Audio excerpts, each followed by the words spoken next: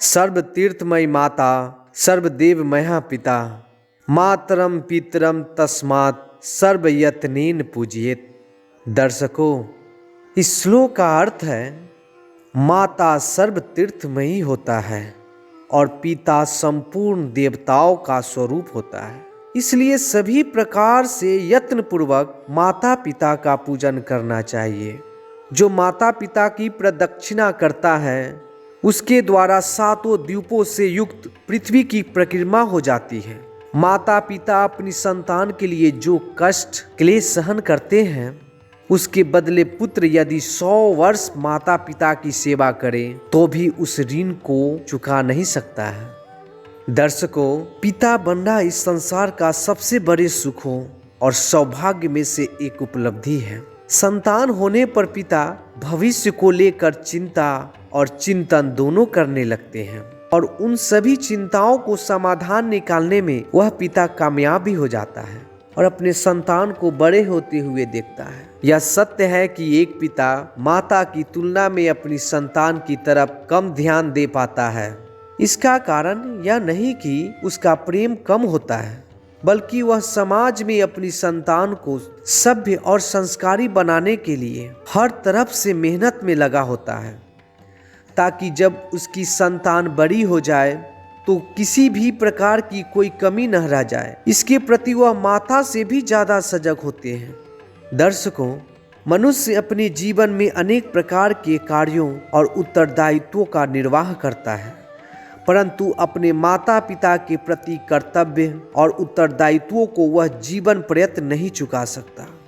माता पिता से संतान को जो कुछ भी प्राप्त होता है वह अमूल्य है। हिंदू शास्त्रों और वेदों के अनुसार मनुष्य को 84 लाख योनियों के पश्चात मानव शरीर प्राप्त होता है। इस दृष्टि से माता पिता सदैव पूजनीय होते हैं, जिनके कारण हमें यह दुर्लभ मानव शरीर की प्राप्ति होती है। आज संसार में यदि हमारा कुछ भी अस्तित्व है या हमारी इस जगत में कोई पहचान है तो उसकी संपूर्ण श्रेय हमारे माता पिता को ही जाता है। यही कारण है कि भारत के आदर्श पुरुषों में से एक श्री रामचंद्र जी ने माता पिता के एक इशारे पर युवराज पद का मोह त्याग दिया और वन चले गए। दर्शकगण, हिंदू धर्म में मृत्यु के बाद अपने पूर्वजों की आत्मा की शांति के लिए श्राद्ध करने का बहुत बड़ा महत्व है।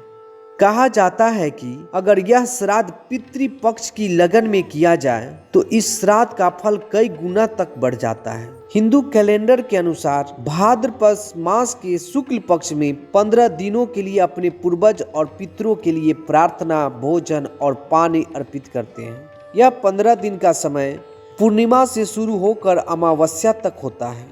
हिंदू पितृपक्ष महीने में पूरी श्रद्धा के साथ अपने पितरों को याद करते हैं और उनको आभार व्यक्त कर उनसे आशीर्वाद लेते हैं। ऐसा माना जाता है कि जिस इंसान या पूर्वजों की मृत्यु हो जाती है तो उनकी आत्मा स्वर्ग लोक और पृथ्वी लोक के बीच भटकती रहती है। यह भी कहा जाता है कि उनकी आत्मा अभी भी बेचैन और सांसारिक माया में जुड़ी हुई है और इस पितृपक्ष महीना में अगर उनके संतान उनके लिए पिंडदान करे तो उनकी आत्मा मुक्त होकर ब्रह्मलोक चली जाती है। दर्शकगण, रामायण और रामचरितमानस जैसे धार्मिक ग्रंथों में सीता जी का संपूर्ण व्यक्तित्व अत्यंत शालीन, सुशील और पवित्रता पत्नी के रूप में देखने को मिलता है।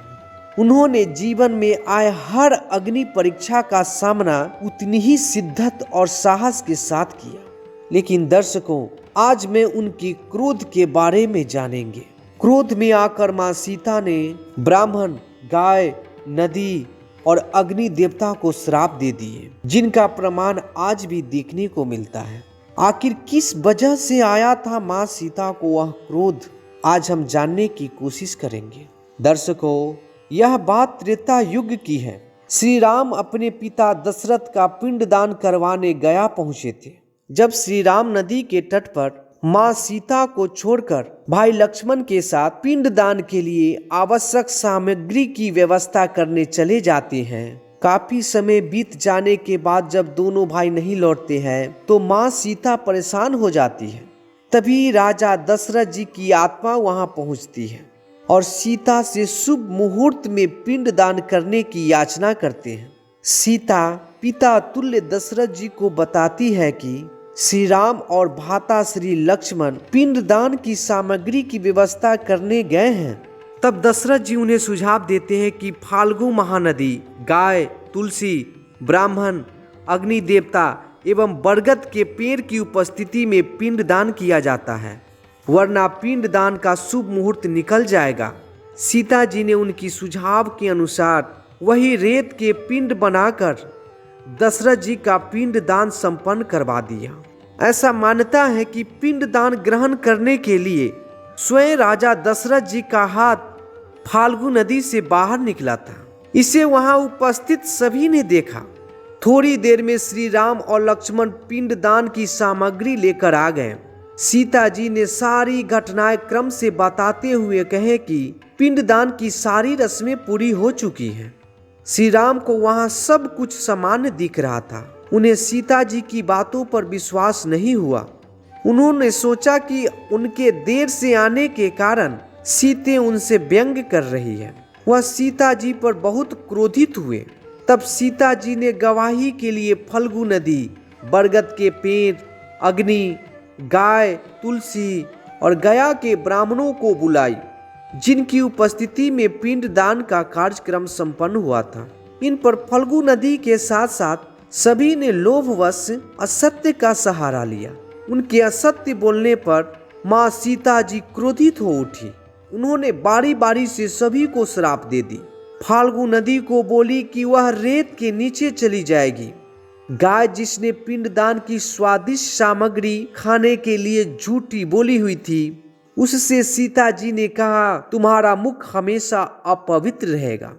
इसके बाद दान दक्षिणा की लालच में असत्य बोलने वाले ब्राह्मण को श्राप दिए कि ब्राह्मण दान दक्षिणा को लेकर कभी संतुष्ट नहीं हो सकेगा।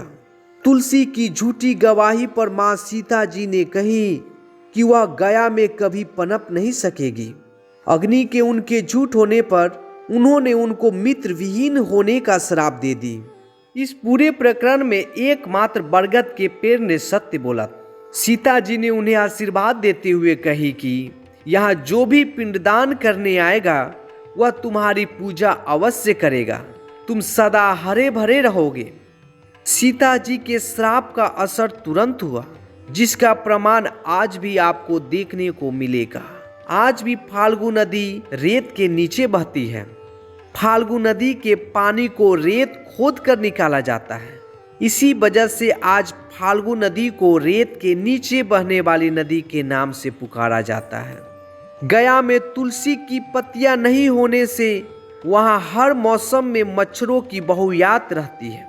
गाय के मुख के मुकाबले उसका पिछला हिस्सा ज्यादा पवित्र माना जाता है।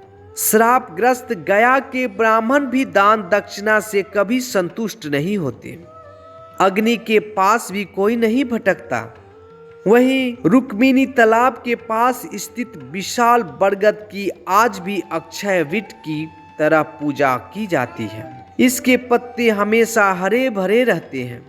फाल्गु नदी, यही कारण है कि श्राद्ध के दिनों में देश के विभिन्न हिस्सों से लोग गया जाकर फाल्गु नदी के तट पर पहुंचते हैं और पिंडदान करते हैं। हाँ तो दर्शकगण, जानकारी अगर अच्छी लगी हो तो वीडियो को लाइक, सब्सक्राइब और शेयर जरूर कर दें, ताकि फिर मैं आपके लिए नई नई प्रकार की जानकारियाँ अपने चैनल के माध्यम से लाता रहूँ।